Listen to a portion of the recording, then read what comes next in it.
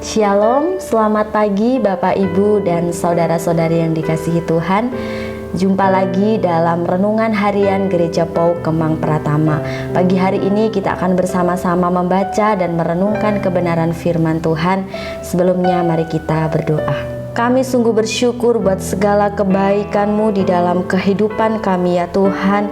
Terima kasih pagi hari ini kami dapat bangun dengan tubuh yang sehat. Kami dapat bangun dengan tidak kekurangan apapun. Terima kasih untuk anugerah nafas kehidupan yang masih Tuhan berikan bagi kami. Pagi hari ini kami rindu membaca dan merenungkan kebenaran firman-Mu ya Tuhan. Tuhan urapi kami dengan hikmat-Mu agar kami boleh memahami apa maksud Tuhan di dalam firman-Mu ini ya Tuhan. Di dalam nama Tuhan Yesus Kristus kami siap membaca dan merenungkan kebenaran firman-Mu. Amin. Bapak, Ibu, dan saudara-saudari yang dikasihi Tuhan, teks firman Tuhan yang akan kita baca dan renungkan bersama-sama pagi hari ini terdapat dalam surat Roma pasal 8 ayat 1 hingga ayatnya yang ke-11. Saya akan membacakan ayatnya yang ke-10 sampai ayatnya yang ke-11. Tetapi jika Kristus ada di dalam kamu, maka tubuh memang mati karena dosa, tetapi roh adalah kehidupan oleh karena kebenaran. Dan jika roh Dia yang telah membangkitkan Yesus dari antara orang mati diam di dalam kamu, maka Ia yang telah membangkitkan Kristus Yesus dari antara orang mati akan menghidupkan juga tubuhmu yang fana itu oleh rohnya yang diam di dalam kamu. Tema renungan kita pagi hari ini adalah pengikut Kristus yang sejati. Dalam teks bacaan kita ini membawa kita untuk melihat bahwa hidup kita yang sudah dipersatukan dalam kematian dan kebangkitan Yesus Kristus akan membawa kita kepada ikatan kasih Roh Kudus. Ikatan ini yang menjadikan kita bersatu dengan Allah Tritunggal. Persatuan dengan Allah Tritunggal akan membawa hidup kita kepada 4 fakta menjadi pengikut Kristus yang sejati. Yang pertama, pengikut Kristus yang sejati pasti mempunyai roh Allah. Dalam ayatnya yang ke-9, Rasul Paulus ingin memberikan suatu pengajaran bahwa setiap pengikut Kristus yang sejati, yang sudah dipersatukan dengan Allah Tritunggal, akan menjalani hidupnya dengan tidak berdasarkan keinginan daging, melainkan keinginan roh. Hidup berdasarkan keinginan roh akan memberikan sesuatu yang sangat berarti, yaitu bahwa roh Allah akan berdiam di dalam diri kita. Nah, Bapak, Ibu, dan saudara-saudari yang dikasihi Tuhan, penggunaan kata berdiam yang dimaksudkan oleh Rasul Paulus pada ayat ini adalah tinggal. Oleh sebab itu, setiap orang yang hidup dalam keinginan roh dipimpin oleh Roh Kudus, maka Allah akan berdiam di dalam diri kita. Kemudian yang kedua, pengikut Kristus yang sejati pasti mempunyai roh Kristus. Kesatuan dengan Allah Tritunggal memberikan penjelasan bahwa kehidupan kita tentunya tidak hanya berada pada satu bagian saja, tanpa ada bagian-bagian lainnya. Untuk itu, bagian yang kedua ini atau pada ayatnya yang ke-10 memberikan penjelasan bahwa pengikut Kristus yang sejati haruslah memiliki roh Kristus. Memiliki roh Kristus sama artinya bahwa kita hidup dipersatukan dengan Kristus. Namun, untuk memiliki roh Kristus tidak terlepas dari peran dari Roh Kudus. Sebab tidak akan ada manusia atau pengikut Kristus yang dapat berkenan kepada Allah tanpa adanya peran dari Roh Kudus di dalam dirinya. Alkitab menjelaskan bahwa Roh Kudus keluar dari Allah Bapa dan Putra sehingga Roh Kudus tidak dapat dipisahkan. Kemudian yang ketiga, pengikut Kristus yang sejati harus dikuasai oleh Roh Kudus. Ketika kita memiliki kehidupan yang di dalamnya Allah Bapa tinggal dan kita memiliki Kristus, maka hidup kita akan dikuasai oleh Roh Kudus.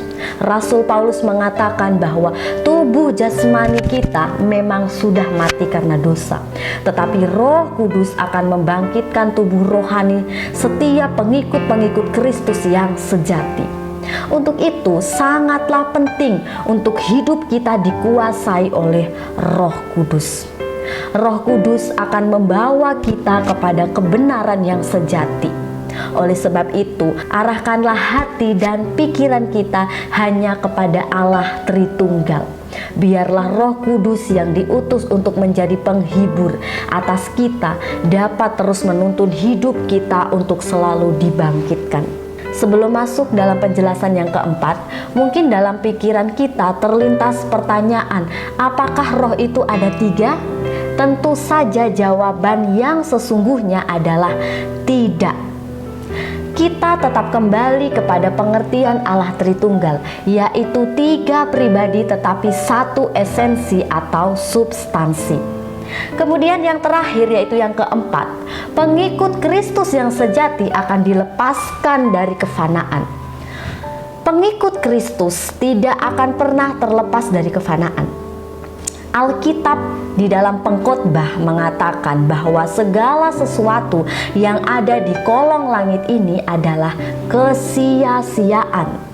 Lalu, lantas apa yang akan terjadi dengan kefanaan hidup orang Kristen yang sejati? Kefanaan tidak akan berlalu, tetapi Roh Kudus sanggup untuk mengubahkan kefanaan menjadi kehidupan yang kekal. Kefanaan yang diubahkan ini merupakan sesuatu pengharapan bagi pengikut-pengikut Kristus. Pengharapan itu dilandaskan pada satu peristiwa, yaitu kebangkitan Yesus. Oleh sebab itu, kebangkitan Kristus merupakan kebangkitan kita, pengikut-pengikut Kristus yang sejati. Sebab Roh Kudus akan terus mengubahkan hidup pengikut-pengikutnya supaya pengikut-pengikut Kristus meninggalkan hidup yang fana atau tidak berarti.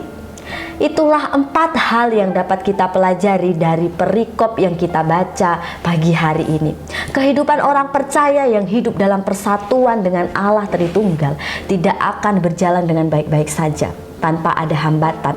Tentu banyak hal yang dapat membuat iman kita kepada Allah dapat berubah, yaitu dunia, iblis, dan diri kita sendiri. Hal-hal tersebut terkadang membuat hati kita sebagai pengikut-pengikut Kristus takut untuk terus hidup bersama dengan kebangkitan Kristus, sehingga akhirnya kita merasa gagal atas semua pencobaan itu.